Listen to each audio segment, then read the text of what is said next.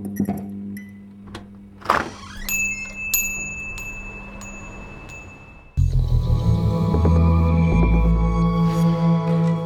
evening, I'm Penny Dick. I'm a professor in the Institute of Work Psychology in the Management School. Thank you for coming along to my talk this evening, which is called Sexual Harassment and the Politics of Experience. So what informed my talk really is that I'm going to talk about something that puzzled me when I started doing my research in the police service many years ago. And my original research in the police service was looking at whether there was such a thing as a gendered organisational culture. Because in the 1980s there was this idea that one of the problems for women in male-dominated organisations that accounted for why they were not very well represented at more senior levels was because organisational cultures valued male ways of doing things, and that females would often be victims, therefore, of forms of discrimination, including sexual harassment. And I started my research in the police service, which for me was kind of a gendered paradise, because I thought, well, if you're not going to find sexism in the police service, where will you find it at the end of the day? So I was quite shocked when I went in to do my research, and I was speaking to a number of police women, and 98% of them really told me off about my research agenda and said, there's no such thing as sex discrimination or sexism. You've got it wrong. And I was thinking, what? What? All this literature tells me that there's this thing going on and you're telling me that I'm wrong? How can this be? How can this possibly be? But I did speak to a couple of women who said, oh yes, I've had a terrible time, and I went into the front office and the lads grabbed me and stamped the station stamp on my bare backside and this kind of, I was like, hooray! But there weren't very many of these, and of course it's not very satisfactory if you haven't got a theoretical explanation that explains what you're actually finding when you go and talk to people. So that was what informed a lot of my research practice after that, and this is the puzzle that I'm going to explore with you today. Because of course, like all of us, one of the things I was thinking when I was getting these conflicting accounts is, who's right then? Which of these women have got it right? And which of them have got it wrong? And is it something to do with their personality, or is it something to do with just they've not had those experiences? This was what I was trying to solve. Well, what I want to talk about tonight is the fact that I want to explore with you the idea that actually there are multiple social realities. There might not just be one reality. There might be multiple social realities. And the problem that I'm going to explore for you is that policy doesn't account for that. Policy wants there to be a black and white answer. There's got to be one thing or another. And what I want to do tonight is explore why that's a problem for experiences, social experiences, that we label sexual harassment. So that's what I'm going to talk about. Now, I've never used Prezi before, so my friend Eva taught me briefly how to use it. So if I make a great big cock-up, please forgive me. So what I'm going to talk about are these four things. I want to, first of all, talk about something that I would call contested social facts. What I would say is all facts in the world are social to some extent because all of our experiences are mediated through language. But, you know, if I brought a sheep into the room now and said, what's this? I can guarantee that most people, as long as they weren't a little bit mentally ill or under 5, would say it's a sheep. We wouldn't have much trouble understanding what that is. But if something went on between me and the lady over there, you might have a bit of trouble understanding what that was. You might all go out of here and say, I wonder what that was about. What was going on between those two? That would be a bit different. You'd struggle with that a little bit. And some categories of experience, particularly those therefore that pertain to social events, are contested for that reason because there is often more than one understanding of that event and its meaning. And that's what I mean by contested social facts. I'm going to say a little bit more about that. What I'm then going to want to talk about is that social facts, because they are contested, what we know from an area of research that's one of my areas of research called Discursive Psychology, this focuses very much on how people negotiate meaning between themselves when they're talking to each other. And how do you build an account so that the other person knows what you mean and also believes what you say This is very important. Now, we're often not aware of the fact that we're doing this all the time when we talk to each other, but that is exactly what we're doing when we're trying to get people to understand our version of a social event. So I'm going to talk a little bit about that. So what goes into building a credible and coherent account? And I'm going to talk about this thing called discursive devices, which is what we know from research, how people use fairly patterned ways of trying to build a credible account. I'm then going to talk about some of the policy implications, because I'm going to highlight some of the issues and the problems around this, and then I'm going to talk about the problem implications, the policy implications, and I also want to sort of build to what I've called the Bridget Jones problem. And some of you in the theatre tonight will have seen, in the auditorium rather, will have seen the film Bridget Jones's Diary. Has a lot of people seen that film? Well, at least Carolyn has, so I'm talking to somebody. It's a kind of a bit of a, you know, most young women have seen it, and if you haven't, it doesn't matter, because the problem I'm going to explain is quite self-explanatory. So that's basically the outline of what I'm going to talk about. So, categories of experience like sexual harassment, unlike my example of the sheep, are not, unfortunately, objectively verifiable, although we like to think that they are. Last night, for example, I was watching on TV the drama Silk. Has anybody seen that, about the lawyers? It's a TV drama about lawyers in a law chambers, and there was this incident that happened on Monday night where the clerk of the chambers took one of the young tutees out for a drink, and he put his hand on her knee and said something to her about, you know, would you like to further your career? And she went to see her boss and said, Billy, you know, has kind of sexually harassed me, basically. And her boss said, right, I'll have a word with him. But when she spoke to Billy, who was very ill, he said, no, that's not what went on. That's not what the event meant. I didn't mean it like that. She's misinterpreted it. Will you support me? And this woman's in a real dilemma. You know, does she go with the tutee? Does she go with Billy? You know, what does she do? This is the problem we have with these categories of experience. They are not objectively verifiable. There are people who will have different views of what's gone on.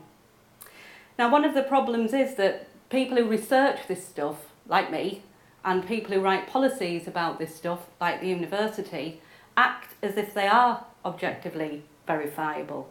So from a research point of view, for example, sexual harassment is often researched using surveys where people will be given questions that say things like, have you in the last 6 months been on the receiving end of sexual comments?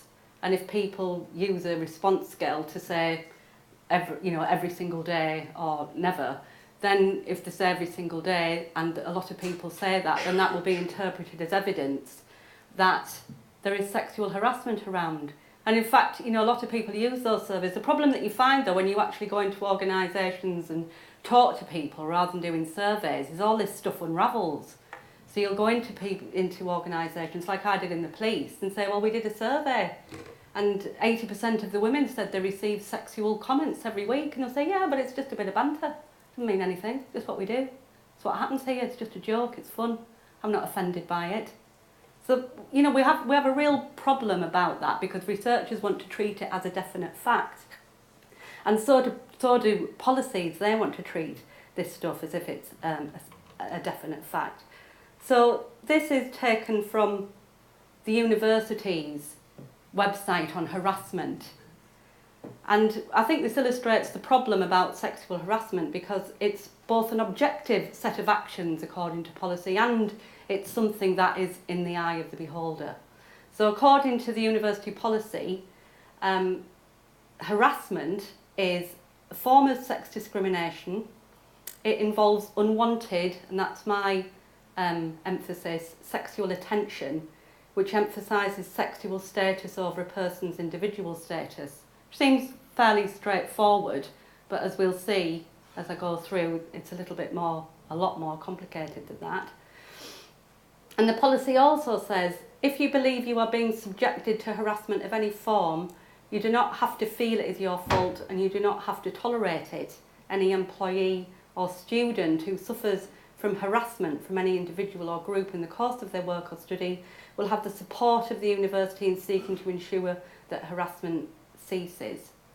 Now, what I want to do really is talk about why I think this is problematic, this policy. And this isn't just the university's policy. If you read any policy on sexual harassment, bullying, any kind of those social experiences, these are the kinds of things that they emphasise. And I think we've got ourselves into a bit of a problem with this. So I want to go into some detail about why I think that is. So I want to talk about something called reality disjunctures, which I read a book just last year actually by this American guy who's now dead. I don't think he's dead because he wrote this book, I just think he died.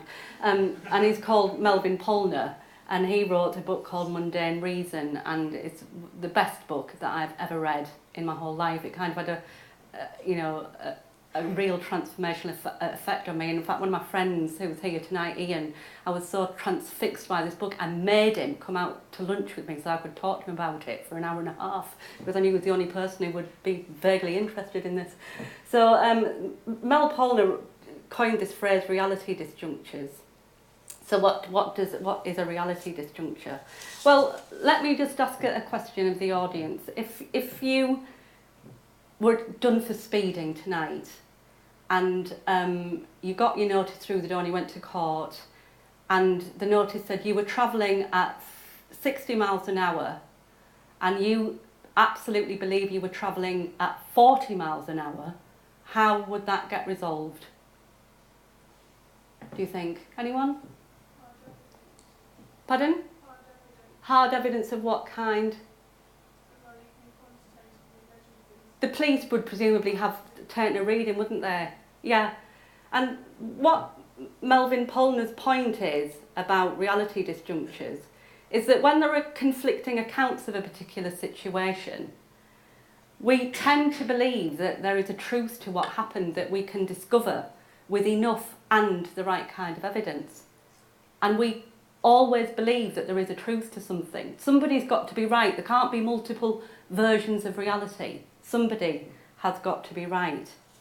That's Mel Polner's point about reality disjunctures. How do they get resolved? And he called that mundane reasoning, because his argument is that this way of thinking, this idea that there's only one truth and it can be discovered with the right kind of evidence, is peculiar to the Western world, and peculiar to the Western world since the time of the Enlightenment.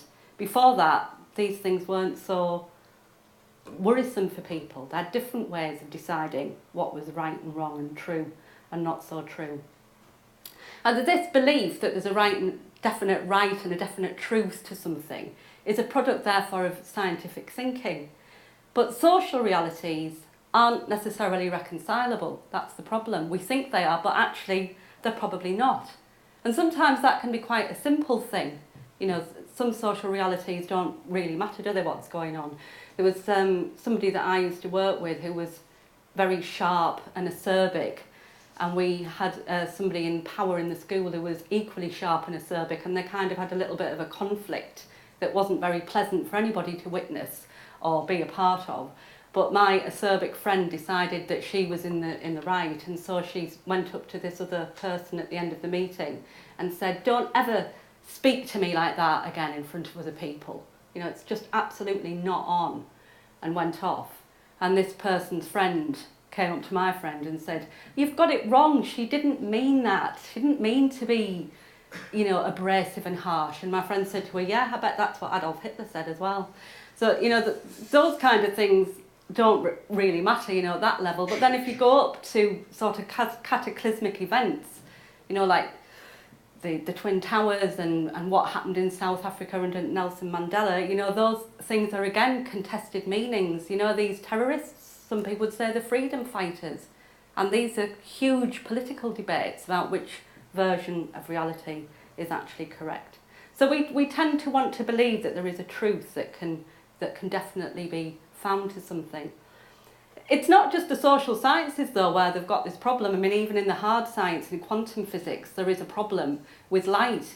You know, they have found, you know, that since Einstein that light seems to be, in terms of what it actually is, a particle and a wave. It's both of those things at the same time. They call it the wave-particle duality of light because it behaves like both, depending on how you actually measure it, which isn't reconcilable.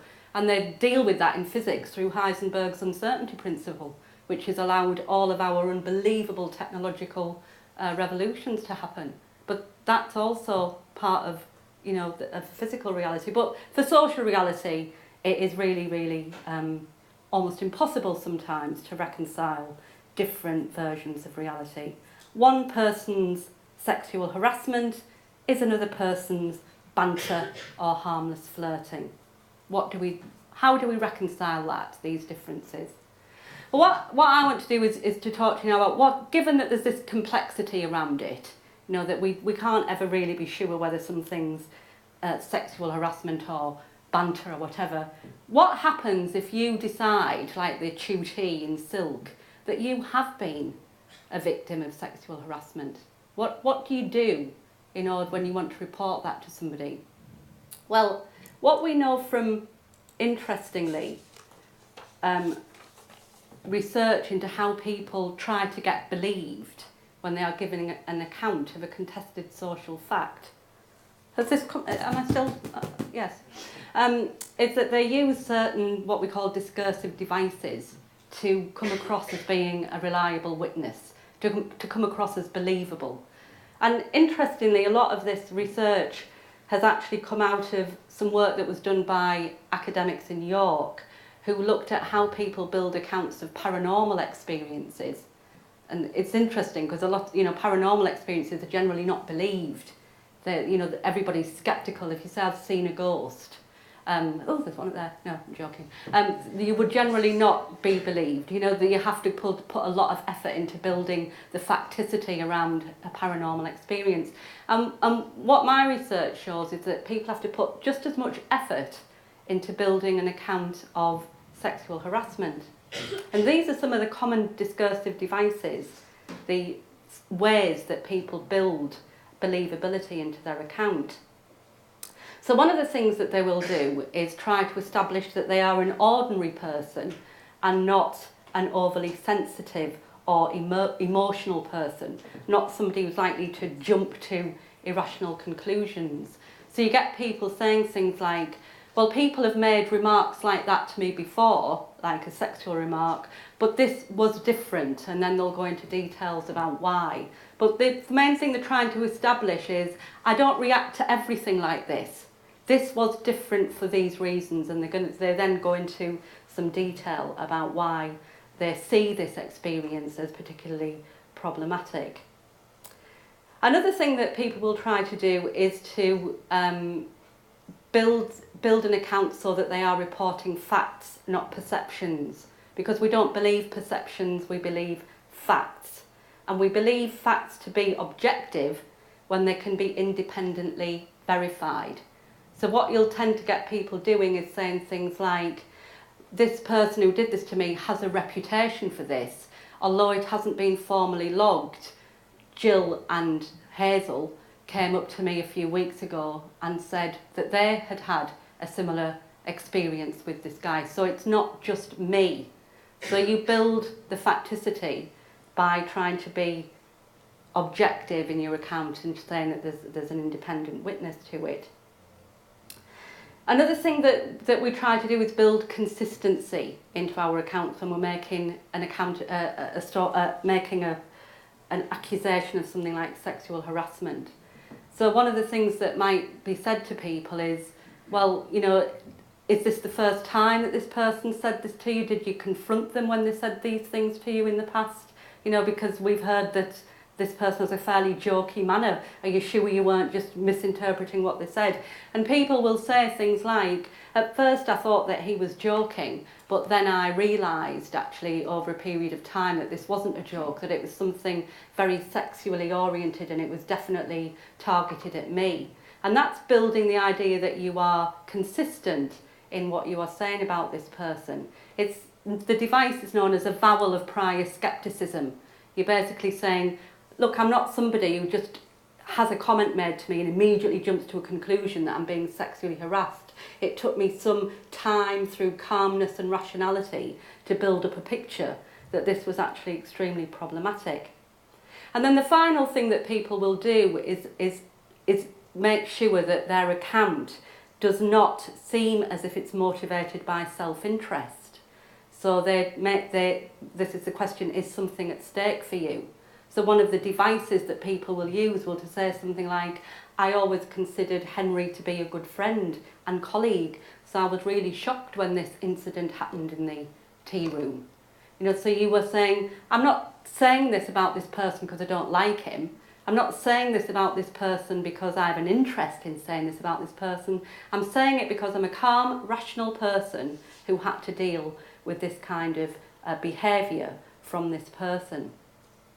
Another thing that we know with sexual harassment is that's gone underground a bit is that several years ago, maybe more than several years ago, women would often start an account of sexual harassment by saying, I didn't lead him on, you know, I didn't do anything, I wasn't dressed provocatively, I didn't say anything. That's actually become something you're not allowed to do anymore because of the success of people, feminists, contesting what went on in rape trials. That's no longer a device that's used as often, which is quite interesting. Women don't feel it's necessary to say, I didn't lead this person on. I didn't do anything that would cause this to happen. Although you sometimes do find that present in accounts as well. So these discursive devices then do important work in terms of building a credible account that people are going to believe. But in addition to what you say, there is also the issue of where you say it and who you say it to. Whether these devices work to convince the person you're talking to that your experience was sexual harassment and is it really is the thing that happened and isn't a misinterpretation of something else, depends on whether you are reporting this experience in what's known as an auspicious environment. In other words, is the person listening to you likely to believe you, or are they more likely to not believe you? And there are a number of these factors of context that are very important. The first one relates to the formality in which you do your disclosing of these kinds of experiences. And what we know from, again, research into discursive psychology is that certain contexts differ in how formal they are. So in a court of law, as the picture here, there are very formal ways of behaving. You know, there are set turn-taking, for example, procedures. You're not allowed to talk on top of each other. If the judge started talking, you wouldn't be able to jump in and say, hang on a minute, Your Honour, you're wrong. You know, you just have to wait until it's your turn to say something. So the formality of the arena in which you are doing your account has a huge impact on what you say. Now, one of the issues about sexual harassment is if you decide to pursue that, you eventually are going to have to formally talk about that, either to an HR manager or your manager, and that's quite a formal situation, and there will be discursive practices in that situation that you will be aware of and that you have to follow, sort of how you say things, the tone of voice that you use and so on. And what we know from formal encounters is that they are often characterised by what we call a lack of affiliative markers. So if I was talking to any one of you on an informal level, I would, as you were talking to me, I would be nodding and smiling or, yeah, oh really? And I would be making lots of noises that would let you know that I've understood what you said and I get the meaning of what you're saying and that I generally agree with you. In formal settings, often affiliative markers are absent, and that makes you quite nervous. You know, it's happening now, you know, it's making me quite, I'm looking at you thinking, what the hell is that woman going on about? You know, and because there is an absence of that, because we're in a particular discursive practice where you're not interrupting me, although probably many of you would like to. So the formality has a real impact on the believability of what you say because it can make you quite nervous. The power relationship is another very important aspect of the context in which you talk. And of course, all relationships, I would say, are infused with power to some or other degree. But one of the interesting things about power relationships and the believability of an account is that in some power relationships, or I would say in all power relationships, one person's version of reality tends to be the one that gets authorised or the one that's authoritative. That's what happens. An example I've got from my sister, who was a midwife, was years ago. She delivered a baby and it went a bit wrong, and she had to bring the obstetrician in, who's the medical person and therefore very important. And the doctor was talking to the woman and said, "Oh, Mrs. Brown, I see this is your first child." She said, "No, I've got two actually." He said, "Are you sure?" And my sister said that the woman was panicked and she was looking at me, "Liz, have I got two? Let me look in that drawer, you know." And these, because medical professionals are used to having their version of reality as the uncontested version of reality. Again, looking at doctor-patient interactions, there's been a lot of work done in medical schools to try to get doctors to democratise their relationships with patients so that patients have more influence on their diagnosis and so on. And interestingly, all that research shows that patients resist the democratisation. So if they go into a doctor's surgery and the doctor's following the kind of politically correct line and says, "Now then, Penny, what do you think is the matter with you?" the patient will position themselves and the conversation so that the doctor is forced into giving the diagnosis, because the power relationship is so institutionalised. So again, with respect to sexual harassment, it depends who you're reporting it to, and do you think they believe you, or do they believe that you are a reactionary person or somebody who's not likely to believe what you've said? I found when I did my research that one of the things that happened was, I was obviously a feminist researcher, and I found that some people really deferred to that and wanted to agree with me in everything I said, and some people actively wanted to contest what I was saying because they just didn't like what I was implying about the police service, and that had a real power struggle going on in the interviews about whose version of reality was right about the police force. So the power relationship can have a big impact on the believability of account. And finally, shared norms and beliefs are very, very important. If you are with people who believe your experiences for whatever reason, and maybe because they've had similar experiences themselves or whatever, then your account is going to be more likely to be believed. There was a famous ethnography done by an American woman called Tamar Zilber, and she did it in a rape crisis centre in Israel. And she said when she first got there, she was an academic and had never been in any rape crisis centre, and she was a participant observer. And the women in the centre said to her, what we all do is we share our stories of sexual oppression, Tamar, so we want you in a few weeks' time to think about something that's happened to you that you can share with everybody. And Tamar Zilber said at the beginning of the experience, she thought, well, I haven't got any experiences to tell them. What am I going to do? But she said by the time she got to week 6 and it was her turn, she'd become so socialised into seeing sexual oppression everywhere that they couldn't shut her up. She was like, yes, and another thing. So shared norms and experiences are also very important for whether your account gets believed. So think about a woman in a male-dominated organisation. What impact does that have when you're trying to interpret what's going on for you? So these contested social facts then, there are no objective verifiable facts when it comes to social facts, and people put a lot of work into producing a believable, coherent account. But no matter how much work they put in, that will be mediated, to use a horrible positivist word that I don't like, by the context in which that account is given. So what does that imply for policy?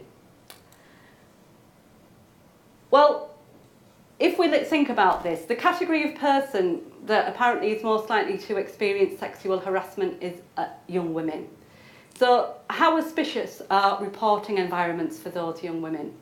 Would you feel okay as a young woman about talking about your experiences if you felt you'd been sexually harassed to an older man?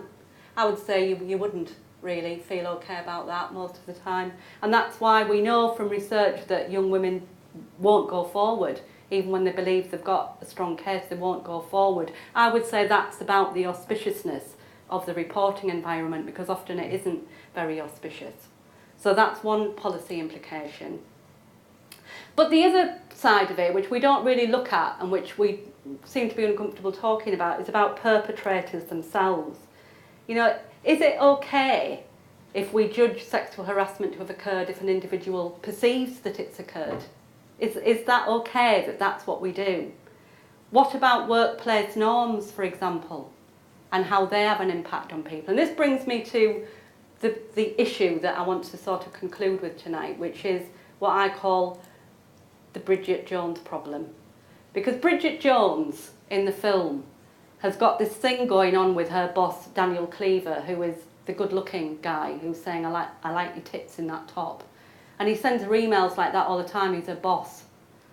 And there's another guy in the office called Mr. Tits Pervert by Bridget. It's not his real name, obviously. I think it's called Mr. Fitzherbert. And he often walks past Bridget and looks down at her breasts as he's walking past her. And she calls him Mr. Tits Pervert.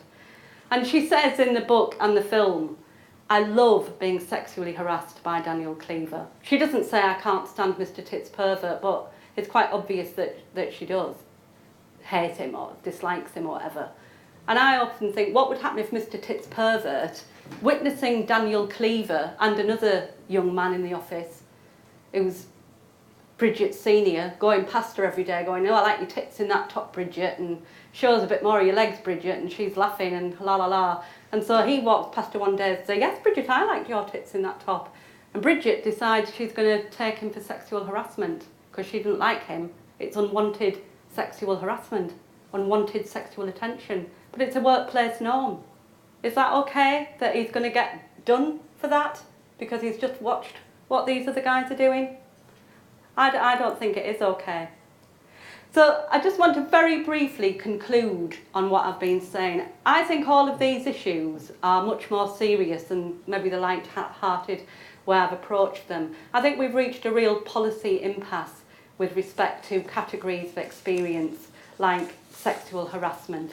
And the reason that we've reached that impasse is because the emphasis on what the person believes to have happened being emphasised in policy means that we've kind of got into a situation where we've produced another asymmetric set of power relations now in organisations, in the sense that what a lot of older men in particular have said to me in my research in the police is, I don't really want to work with young women because I don't know what to say, and I'm frightened that if I say anything it's going to get misinterpreted and I'm going to end up in trouble. And I think this is a problem that we've got into, because they could be judged as saying something inappropriate and unwanted. Even if they haven't thought that they are doing that, that's going to be possibly how they are seen. And I think policies are just ultimately failing to account for the highly complex and political nature of these experiences. And the political, because at the end of the day, power is usually always at play in these experiences. And also, as I said, there are multiple versions of these realities which get privileged by different people at different times. I think research into sexual harassment in a way that it's done ordinarily, which is interviewing people or using surveys, is in danger of reproducing that impasse. And one of my arguments is that research itself is highly political. If you start doing research into sexual harassment, you are immediately communicating yourself with your participants that you have an issue about that. And they are going to react to that in some way, either in a hostile way, because they don't want you telling them as a researcher how they should understand their workplace experiences, or they're going to react to it maybe in a pleasing manner because they think at last somebody's interested in the fact that I'm having all these terrible experiences at work. And that brings me on to my penultimate point, is that the category sexual harassment at one and the same time disciplines and liberates us. It disciplines us because it's a dispreferred category. Nobody wants to be sexually harassed and nobody wants to be seen as a sexual harasser. And it's liberatory because it came about as a category because women wanted to say something, or some women did, about what they perceived as kind of unmediated male power in the workplace. But what I think we need to do at research levels is look much more at how that plays out at the level of the mundane, between people in their everyday interactions, and not how we as researchers think it should play out. So I think we've got to be much more careful about how we research sexual harassment, because there's a danger that we're becoming really prescriptive. So we go into organisations and say to people, have you had some sexual comments thrown at you this week? And the person says, yes, but it was just a joke and I didn't mind. And you've got a feminist researcher saying, well, you should mind. You know, I'm not comfortable with that, and I never have been. I'm a feminist, but I'm not comfortable with telling people how they should interpret their own experiences and lives. I think those politics aren't for me to play out with people. They're for people to play out themselves through their everyday experiences. And these, for me, are the processes that we really have got to try and understand much more fully if we're going to get a better grasp on what we mean by sexual harassment, and if we're going to produce policies that actually mean something. Thank you.